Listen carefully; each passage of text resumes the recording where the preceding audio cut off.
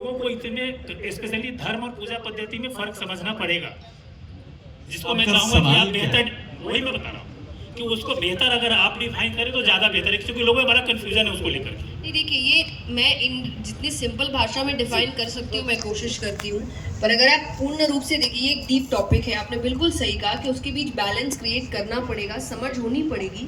और मुझे लगता है कि जैसे हम रामायण को भी जब समझते हैं कि अंत में कुछ बातें मिलाई गई है, कुछ बातें घुसाई गई है आपके ही लोगों को आपके धर्म के विरुद्ध करने के लिए, मुझे ये भी एक सोच लगता है घुसाई गई है कि भक्ति आध्यात्म का मतलब वैरागी होना ही होता है, सब कुछ छोड़ देना ही होता है।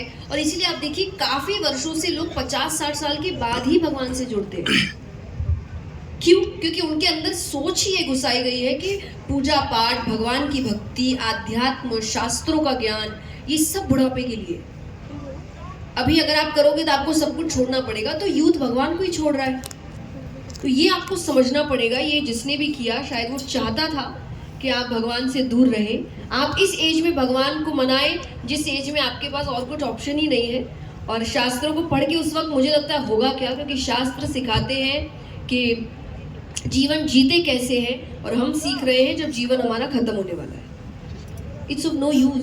तो क्या बदलते समय के साथ शास्त्रों में भी कुछ बदलाव की आवश्यकता है? नहीं, शास्त्रों में नहीं, लोगों में जो ये समझ रहे हैं कि शास्त्र माने 50-60 साल बाद। जितने यंग हो उतनी जल्दी शास्त्रों का ज्ञान आप शुरू करिए, और आप देखेंगे आपके जीवन में बेहतरीन बदलाव आएंगे। बेहतरीन मतलब मैं आपको बता भी नहीं सकती, शब्द छोटे हैं, इतना लार्ज स्केल का बदलाव आएगा अगर आप शास्त्रों को अपने जीवन में उतार ले तो। ये लेकिन अर्ली एज होना चाहिए। जितनी यंग है बच्चा उतनी जल्दी आप, जब मुझे लगता है जब वो नहीं पढ़ सकता तो माँ बाप पढ़ाए उसको, माँ बाप उसको पढ़ के सुनाए। जिस दिन उसकी एज पढ़ने लायक हो जाएगी तब वो पढ़ेगा, पर उससे पहले पेरेंट्स करें, पर करें। ये अर्ली एज शुरू होना चाहिए। बहुत सारे प्रश्न खड़े करने वाले लोग ये कहते हैं कि हमारा देश तो आस्तिकों का देश है, और आज से नहीं सदियों से न जाने कब से कितने करोड़ लोग पैदा हुए, कितने करोड़ लोग जा चुके हैं, और वो तो आस्तिक ही थे। कुछ तो बदलाव आया नहीं जीवन में? नहीं, ये तो देखिए, मुझे किसने कहा बदलाव नहीं आया। आज इतना युवा अध्यात्म से जुड़ रहा है, कहाँ बदलाव नहीं आया। पर कलयुग है ना, बैलेंस। आप प्रॉब्लम्स तो फिर हर जगह, डिप्रेशन तो वहां जितना है उतना कहीं है ही नहीं। इतना कमाने के बाद भी इतनी इकोनॉमी अच्छी नहीं, जितना वो रो रहे कोई नहीं रो रहा। आप वृंदावन जाइए, वहाँ सब विदेश से आए और उनको शांति यहाँ मिल रही है। तो मुझे कंपैरिजन कभी पसंद नहीं आता। मैं कहूँ कि आप उनको लेकर ही मत करो कि हम बड़े वो छोटे, वो बड़े हम छोटे।